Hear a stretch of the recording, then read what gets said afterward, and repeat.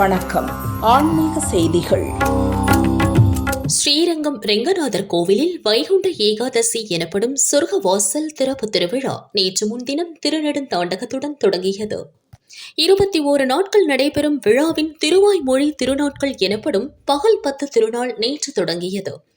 பகல் 10 இரண்டாம் நாளான இன்று காலை நம்பெருமாள் முத்து பாண்டியன் கொண்டை, திருமார்பில் மகாலட்சுமி பதக்கம், ரத்தின அபயஹஸ்தம் உள்ளிட்ட திருவாபரணங்கள் சூடி மூலஸ்தானத்தில் இருந்து தங்கப் பல்லக்கில் புறப்பட்டு அர்ஜுன மண்டபத்தில் எழுந்தருளினார். அரையர் சேவை எனப்படும் அபிநயம், வியாக்கியானம், பெரியாழ்வார் திருமொழி கேட்டருளிய அவர் பக்தர்களுக்கு பொதுஜன சேவை கண்டருளினார். போலோக வைகுண்ட பெருமாளை ரெங்கா ரெங்கா ரெங்கா என பக்தி முழக்கத்துடன் பக்தர்கள் சேவித்தனர். வைகுண்ட ஏகாதசி விழாவிற்கான ஏற்பாடுகளை ஸ்ரீரங்கம் கோவில் இணை கமிஷனர் சிவராம்குமார் உள்ளிட்ட அறநிலையத்துறை அதிகாரிகள், பணியாளர்கள் செய்திருந்தனர்.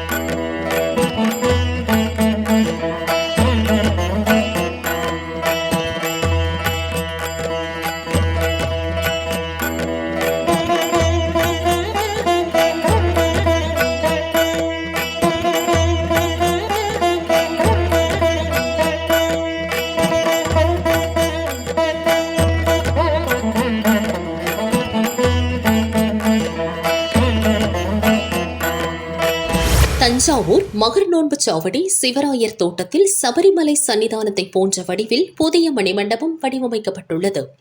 ஸ்ரீ ஐயப்ப பக்தர்கள் சங்கத்திற்கு சொந்தமான இடத்தில் மண்டபம் கட்டப்பட்டுள்ளது. புதிய மணிமண்டபத்திற்கு ஸ்ரீ சபரிவாசன் தேவாதாம் என பெயர் சூட்டினர். சபரி சாஸ்தா குழு சார்பில் புண்ணியாக வாசனம் மற்றும் கலச சுத்தி அபிஷேகம் உள்ளிட்ட சிறப்பு பூஜைகள் நடந்தது. இதைத் தொடர்ந்து ஐயப்பன் சிறப்பு அலங்காரத்தில் வீதியுலா சென்று பக்தர்களுக்கு அருள் பாலித்தார். திரளான பக்தர்கள் சரணகோஷம் முழங்க ஐயப்பனை தரிசித்து மனமுருகினர்.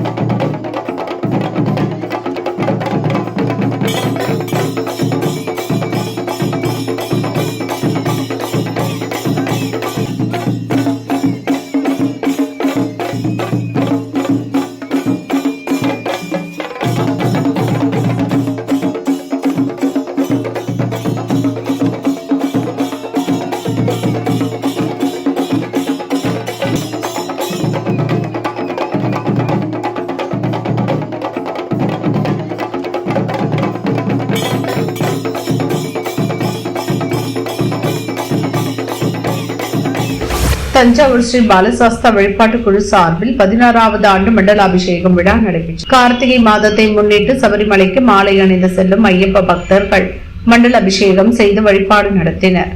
ஐயப்பன் விஷ்ணு அலங்காரத்தில் பக்தர்களுக்கு அருள் பாலித்தார்.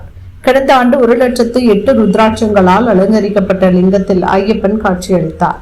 இந்நிலையில் இந்த ஆண்டு விஷ்ணு அவதார அலங்காரத்தில் ஐயப்பனுக்கு சிறப்பு அபிஷேகம் மற்றும் தீபாராதனை நடைபெற்றது. ஐயப்ப பக்தர்கள் பக்தி பாடல்களை பாடி சிரணம் கோஷமிட்டு ஐயப்பனை வழிபட்டனர். அன்னதானம் வழங்கப்பட்டது. திரளான பக்தர்கள் மண்டல அபிஷேக பூஜையில் கலந்து கொண்டு ஐயப்பனை தரிசித்து மனம் உருகினர்.